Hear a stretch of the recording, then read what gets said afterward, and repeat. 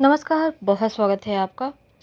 श्रावण के महीने में बहुत सारे प्रयोग किए जाते हैं और श्रावण के महीने में जब एकादशी तिथि आए, प्रदोष तिथि आए, अमावस्या हो, पूर्णिमा हो, सोमवार का दिन हो, तब एक खास प्रयोग किया जाता है स्वधा का।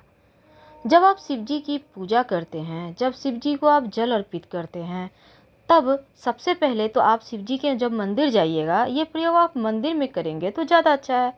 जब आप मंदिर जाते हैं तो पहले 1 लोटा जल अर्पित करें और उसके बाद 3 बार स्वधा स्वधा स्वधा इस नाम का मंत्र का उच्चारण करें। उच्चारण करने के बाद शिव जी की जब आप पूजा कर लें, उच्चारण करें, फिर शिव जी से आप जो भी आपके मन की बातें हैं उनसे ज़रूर कह दें। इसके बाद आप एक और काम करेंगे। घर जब आते हैं, जहाँ पर आपका पीने का पानी होता है, जहाँ पर जैसे आपके घर में एक्वागार्ड होगा या मटके में पानी रखते हैं, परिंदे में पानी रखते हैं, किसी भी बर्तन में पानी तो रखते होंगे पीने का, वहाँ पर आप किसी भी दिन ये प्रयोग कर सकते हैं। और जब पितृपक्ष का दिन आएगा, यानी कि पितृदेवों का दिन आश्विन महीने में, तब 15 के 15 दिन ये प्रयोग कीजिएगा आप। आपके लिए बहुत अच्छा है ये प्रयोग। आज आपके साथ हम साझा कर रहे हैं और ये गुरुदेव की कृपा से ही आज हमें प्राप्त हुआ है ये प्रयोग। तो गुरुदेव ही अपने कथा में ये हमेशा ही कहते हैं। तो चलिए आज हम आपको वही प्रयोग बता रहे हैं। जैसा कि हम बता रहे थे कि जब आप अपने घर में जहाँ पर पानी पीने का रहता है वहाँ पर आएँ, तब आप जो आपके सामने स्रोत है, स्वधा स्रोत, इसका आप स्वधा स्रोत का हिंदी में भी अर्थ हम दे रहे हैं और संस्कृत में भी है। हिंदी ज़्यादा अच्छा होगा आपके लिए, फटाफट से आप पढ़ भी लेंगे, समझ भी जाएंगे। देखिए, मंत्र तो बहुत होते हैं, लेकिन मंत्र का जब आप अर्थ समझ लेते हैं ना, तो वो अर्थ से आप खुद ब खुद चेंज हो जाते हैं। तो चलिए स्वधा स्रोत का हम अर्थ बता दें। ये इस स्रोत का पाठ करने से 12 श्लोक में ये स्रोत है और इसका पाठ कर लेने से पितृदेव भी प्रसन्न होते हैं। आपके ऊपर से कैसी भी परेशानी हो, कैसी भी समस्या हो, कैसे भी आप घोर से घोर दरिद्रता में फंसे हैं, मुश्किल में फंसे हैं, तो वहाँ से बाहर निकल आते हैं और पितृदेव तृप्त होते हैं, प्रसन्न होते हैं। तो सामने आप स्क्रीन पे देखें, हम आपको उच्चारण करके बता रहे हैं। आप घर में भी इसको आप वीडियो को डाउनलोड कर लीजिएगा और मज़े से इसको पढ़िए, सुनिएगा। वैसे हम डिस्क्रिप्शन में भी इस मंत्र को दे देंगे। तो इस मंत्र का अर्थ हम शुरुआत करते हैं। ब्रह्मा जी कहते हैं कि स्वधा शब्द के उच्चारण मात्र से व्यक्ति तीर्थ स्नान के इतना पुण्य फल को प्राप्त कर लेता है। मानव तीर्थ स्नायी हो जाता है। वह संपूर्ण पापों से मुक्त होकर वाजपेय यज्ञ के फल का अधिकारी हो जाता है। स्वधा स्वधा स्वधा इस प्रकार 3 बार स्मरण किया जाए तो श्राद्ध, काल और तर्पण के पुरुष को प्राप्त हो जाते हैं। इसका मतलब है कि श्राद्ध के अवसर पर जो पुरुष सावधान होकर स्वधा देवी के स्रोत का श्रवण करता है, वह 100 श्राद्धों का पुण्य पा लेता है, इसमें संशय नहीं है। जो मानव स्वधा स्वधा स्वधा इस पवित्र नाम का त्रिकाल संध्या के समय पाठ करता है, उसे विनीत, पतिव्रता एवं प्रिय पत्नी प्राप्त होती है तथा सद्गुण संपन्न पुत्र प्राप्त होते हैं। देवी, तुम पितरों के लिए प्राण तुल्या और ब्राह्मणों के लिए जीवन स्वरूपिणी हो। तुम्हें श्राद्ध की अधिष्ठात्री देवी कहा गया है। तुम्हारी ही कृपा से श्राद्ध और तर्पण आदि का फल मिलते हैं।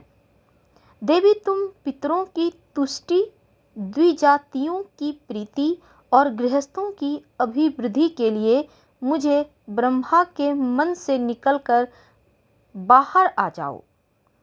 सुवर्ते, तुम नित्य हो। तुम्हारा विग्रह नित्य और गुणमय है। तुम सृष्टि के समय प्रकट होती हो और प्रलय काल में तुम्हारा तिरोभाव हो जाता है। तुम ओम स्वस्ति स्वाहा स्वधा एवं दक्षिणा हो। चारों वेदों में तुम्हारा चारों वेदों के द्वारा तुम्हारे इन 6 स्वरूपों का निरूपण किया गया है। कर्मकांडी लोगों में इन 6 की बड़ी मान्यता है। हे देवी, तुम पहले गोलोक में स्वधा नाम की गोपी थी और राधिका की सखी थी। भगवान श्री कृष्ण ने अपने वक्ष स्थल पर तुम्हें धारण किया, इसी कारण तुम स्वधा नाम से जानी गई। इस प्रकार देवी स्वधा की महिमा गाकर ब्रह्मा जी अपने सभा में विराजमान हो गए। इतने में सहसा भगवती स्वधा उनके सामने प्रकट हो गई। तब पितामह ने उन कमल नयनी देवी को पितरों के प्रति समर्पण कर दिया। उन देवी की प्राप्ति से पितर अत्यंत प्रसन्न होकर अपने लोक को चले गए। यह भगवती स्वधा का पुनीत स्रोत है। जो पुरुष समाहित चित्त से इस स्रोत का श्रवण करता है, उसने मानो संपूर्ण तीर्थों में स्नान कर लिया है और वह वेद पाठ का फल प्राप्त कर लेता है। श्रावण माह में पितृपक्ष में श्राद्ध के दिनों में या अमावस्या तिथि या फिर पूर्णिमा तिथि को इस स्वधा स्रोत का पाठ करना चाहिए। यदि पूरा स्रोत समाया भाव के कारण नहीं पढ़ पाते हैं, तब केवल 3 बार स्वधा स्वधा स्वधा बोलने से ही 100 श्राद्धों के समान पुण्य फल प्राप्त होते हैं। स्वधा का मतलब क्या होता है? स्वधा एक शब्द या मंत्र है जिसका उच्चारण देवताओं या पितरों को हवि देने के समय किया जाता है। विशेष मनु के अनुसार श्राद्ध के उपरांत स्वधा का उच्चारण श्राद्धकर्ता के लिए बड़ा आशीर्वाद माना गया है। पितरों को दिया जाने वाला अन्न या भोजन, जिसको हम पितृ अन्न कहते हैं, मेरे पीछे पिंड का लोप देख मेरे पुरखे स्वधा इकट्ठी करने में लगे हुए श्राद्ध में इच्छा पूर्वक भोजन नहीं करते। दूसरा, दक्ष की एक कन्या जो पितरों की पत्नी कही गई है। तीसरा, अपनी प्रकृति या स्वभाव। चौथा, अन्न या आहुति। पांचवा, पितरों को दी जाने वाली आहुति। छठा, अपना अंश या भाग।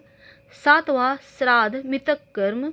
और आठवां, सांसारिक भर्म माया को ही स्वधा कहा गया है।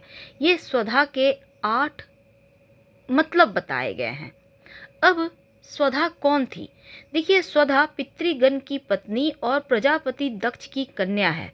इनकी बहन स्वाहा है जो अग्निदेव की पत्नी और दक्ष की ही कन्या है। जैसे कि हम हवन करते हैं तो बोलते हैं ना, अंत में स्वाहा, तो अग्निदेव की पत्नी है स्वाहा। कद्रु, क्रोधवसा, सती, दिति, अदिति आदि इनकी बहनें थी। तो हम आपसे विदा लेते हैं। जानकारी अच्छी लगे तब लाइक कर सब्सक्राइब करें, अपनों से शेयर करें, कमेंट करें। धन्यवाद।